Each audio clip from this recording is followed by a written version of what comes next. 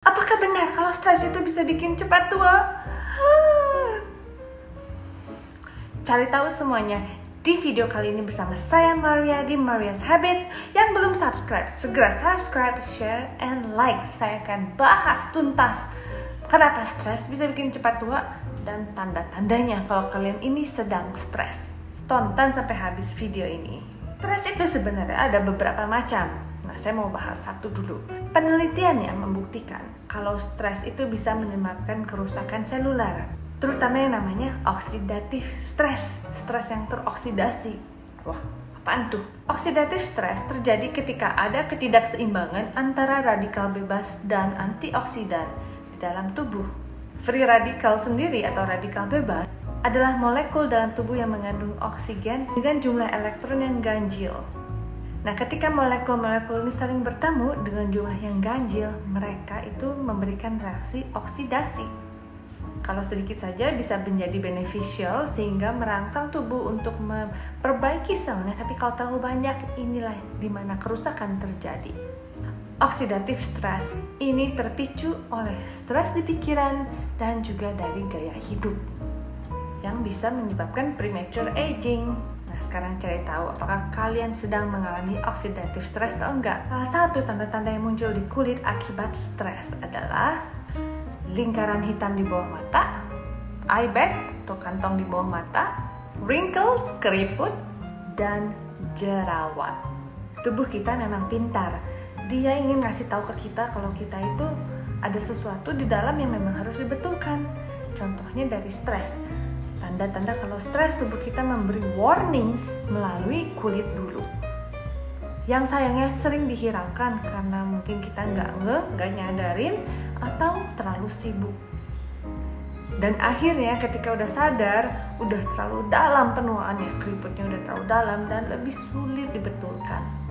Kalau kalian ngerasa kulit kalian lebih kusam, lebih sensitif daripada biasanya atau sebelum-sebelumnya, coba perhatiin apa kalian sedang mengalami simptom-simptom ini.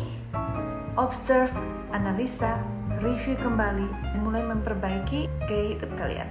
Dan perhatikan apa yang harus dirubah. Coba cek apakah kalian ngalamin gejala-gejala ini. Gak bisa tidur, atau tidurnya gak bisa pula semalaman. Mungkin kebangun-bangun di tengah malam.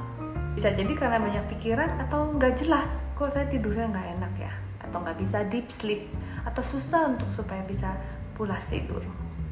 Dan akhirnya jadi sering capek, mudah lelah, padahal gak melakukan aktivitas berat. Kalau gak bisa tidur, itu artinya sudah menjadi warning sign dari badan kita kalau udah sedang stres. Apalagi kalau usia kalian masih di bawah 30 tahun. Berikutnya, skin rashes. Muncul tanda-tanda seperti alergi di kulit, eczema, hives, tanpa penyebab yang jelas. Karena stres itu bisa menurunkan imunitas tubuh.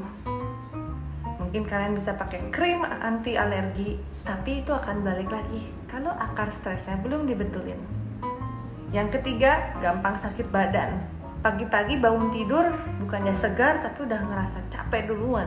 Ngerjain sesuatu gampang pusing, ngantuk, tegang di leher, kepala, sakit kepala. Itu tanda berarti otot-otot kalian tuh tegang akibat overwork dari stres. Mulai muncul rambut putih. Walaupun uban adalah tanda-tanda penuaan yang alami, eventually we will all have gray hairs. Tapi itu juga bisa menjadi tanda kalau stres kalian itu udah ketinggian. Apalagi kalau usia kalian masih di bawah 30 tapi udah muncul uban. Dan coba observasi lagi. Tanda yang paling ngeri itu kalau mengalami rapid heartbeat, jadi denyut jantung rasanya lebih berdetak lebih kencang, atau ngerasa nggak nyaman atau sakit di daerah dada. Akhirnya kalau tidak ditanggulangi bisa lead to heart attack, serangan jantung. Serem banget kan? Yang tadi aku sebutkan adalah gejala-gejala kalau tubuh kalian sedang mengalami stres atau enggak. Nah, yang berikutnya kita cari tahu penyebab-penyebab utama oksidatif stres. Kebanyakan long term oxidative stress itu disebabkan oleh gaya hidup, lifestyle kalian. Apa yang kalian makan sehari-hari? Apakah banyak mengandung gula, gorengan, tepung, karena gula itu bikin radikal bebas semakin banyak, bikin inflamasi di dalam tubuh semakin banyak. So try to cut down on your sugar intake. Dan juga lemak yang gak bagus. Lemak yang baik tentunya kita perlu. Lemak yang jahat, saturated fat, again seperti gorengan, coba dihindari semaksimal mungkin. Kemudian obesitas itu juga meningkatkan oxidative stress di dalam tubuh. Terapkan gaya hidup yang baik, olahraga, pilih makanan yang baik agar mendapatkan berat badan ideal. Kemudian terlalu banyak terekspos oleh radiasi. Radiasi seperti wifi, dari HP, gadget kalian. Salah satu hal penting yang sebaiknya kalian terapkan adalah jangan tidur menggunakan HP di dalam kamar. Walaupun dalam keadaan mati atau airplane mode, taruh handphone kalian di kamar terpisah. Matikan wifi-nya karena radiasi itu sangat berbahaya, apalagi kalau kita tidur semalaman dengan HP. Dan kebanyakan orang-orang taruh HP tepat di sebelah tempat tidur. Research membuktikan Wi-Fi radiation itu ternyata lebih berbahaya daripada second hand smoking. Ngomong-ngomong tentang smoking, tentunya merokok juga memperbanyak oxidative stress dalam tubuh. Yang punya kebiasaan merokok, try to quit smoking. Dan konsumsi alkohol yang berlebihan juga meningkatkan oxidative stress. Alkohol juga akhirnya berubah menjadi gula. Konsumsi obat-obatan yang berbahan kimia sintetik itu juga ternyata menstimulasi peningkatan oxidative stress karena mereka juga akhirnya tersumbat stuck di organ-organ kalian. Makanya mengapa juga selalu ada efek samping dari penggunaan obat-obatan tersebut yang sudah dicantumin di packagingnya.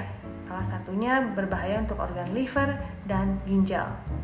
Kemudian juga polusi kendaraan, polusi di udara, and bahan kimia. Expose dengan bahan-bahan kimia yang ternyata banyak sembunyi di produk sehari-hari kalian. Dari sabun, shampoo, skincare, kosmetik. Itu coba kalian baca ingredients-nya, labelnya, lalu Google sendiri. Efek samping dari bahan-bahan kimia tersebut cukup mengerikan. Karena mereka juga mengandung microparticle yang artinya mudah banget diserap ke dalam tubuh. Kulit itu organ terbesar kita. Dia melindungi tubuh kita dari serangan luar. Dan kulit memiliki pori-pori. Apapun yang nempel ke kulit kita, itu hanya butuh waktu hitungan detik aja untuk diserap ke dalam tubuh.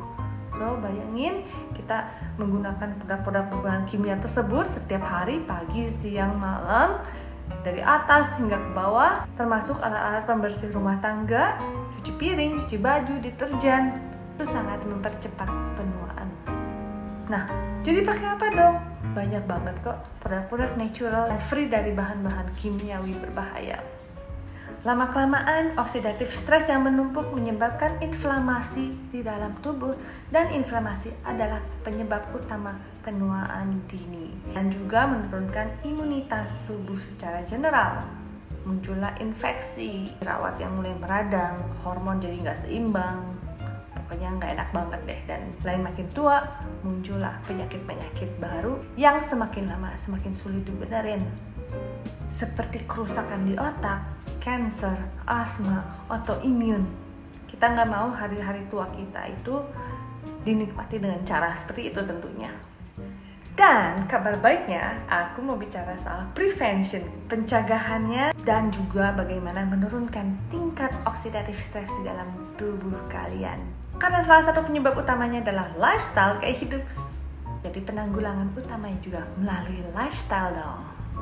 Lifestyle seperti apa yang baik ya? First, eat balanced diet. Apa yang kalian makan tiap hari? Apakah mengandung antioksidan tinggi? Antioksidan itu nomor 1. Perlu banget karena antioksidan dapat menurunkan radikal bebas di dalam tubuh. Juga inflamasi, baik untuk imunitas. Cari antioksidan yang bagus. Jadi sumber makanan kalian secara alami itu sudah mengandung antioksidan, vitamin, mineral, fiber yang alami, bukan sintetis. Batasi sebanyak mungkin, sebisa mungkin processed food, junk food, fast food, makanan yang tinggi gula, tinggi garam, yang sudah di packing itu kan sudah diproses, yang isinya aja rasanya udah bukan asli lagi, semuanya hanya penambah rasa. Lalu rutin berolahraga. Olahraga itu penting banget, kita harus keringetan biar tubuh bisa mengeluarkan toksin juga. Salah satunya dengan olahraga rutin. Olahraga kalau bisa minimum 3-5 kali seminggu, minimum 30 menit per olahraga hingga keringetan.